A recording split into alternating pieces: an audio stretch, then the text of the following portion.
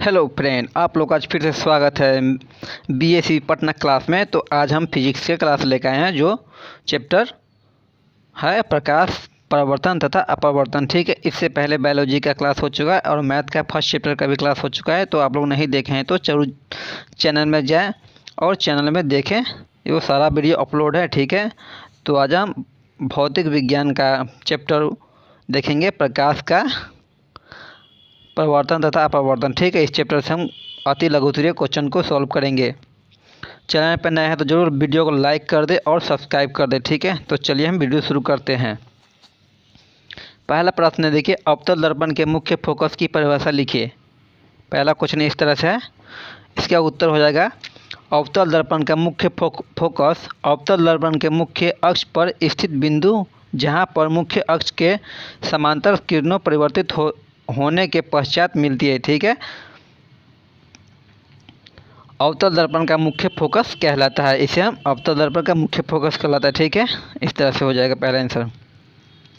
Second देख लेते हैं, देखिए इसको सॉल्व करना है।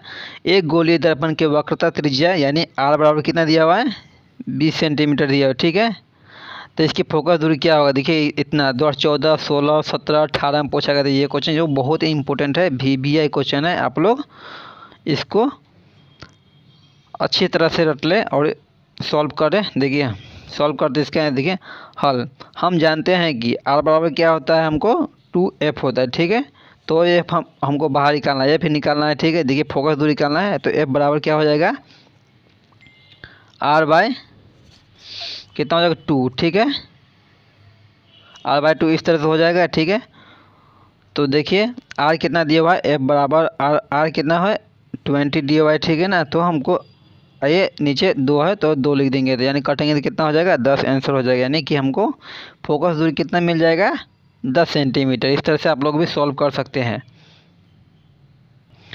इसका गोलीय देखिए दर्पण कितना आ गया है,